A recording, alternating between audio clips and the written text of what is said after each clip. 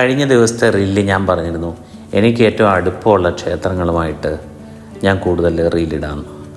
അതിലെ ഒരു ക്ഷേത്രത്തെക്കുറിച്ച് ഞാൻ ഇന്നലെ ഒരു റീലിട്ടിരുന്നു.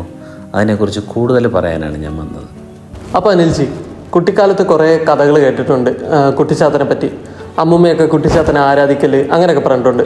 അപ്പോൾ അതിൻ്റെ സത്യാവസ്ഥ എന്താണ്? ഞാനും ഇതുപോലെ ആദ്യം വിശ്വസിച്ചിരുന്നത് കുട്ടിച്ചാത്തനെ ആരാധിക്കരുത്, കുട്ടിച്ചാത്തൻ എന്തോ നെഗറ്റീവ് എനർജിയാണെന്നൊക്കെയാണ് ഞാനും ആദ്യം വിശ്വസിച്ചിരുന്നത്. പക്ഷെ പിന്നീട് മനസ്സിലായി ഈ മഹാദേവൻ്റെയും കൂളിവാകയുടെയും മകനാണ് കുട്ടിച്ചാത്തൻ എന്ന് പറഞ്ഞാൽ ശിവൻ്റെ മകനാണ് കുട്ടിച്ചാത്തൻ. ഗണപതി ശിവൻ്റെ മകനല്ലേ, സുബ്രഹ്മണ്യൻ ശിവൻ്റെ മകനല്ലേ. അപ്പോൾ അവരെയൊക്കെ ആരാധിച്ചാൽ നമുക്കെന്താ കുട്ടിച്ചാത്തനെ ആരാധിച്ചാൽ ഒരു കുഴപ്പമുണ്ടാകത്തില്ല. കുട്ടിച്ചാത്തനെ ആരാധിച്ചാൽ അത് നമ്മുടെ ഇടയിലുള്ള ഒരു തെറ്റിദ്ധാരണയാണ് കുട്ടിച്ചാത്തനെ ആരാധിക്കരുത് എന്നുള്ളത്. പക്ഷെ വേണ്ട വിധം ആരാധിക്കണം, അതാണ് അതിൻ്റെ വ്യത്യാസം.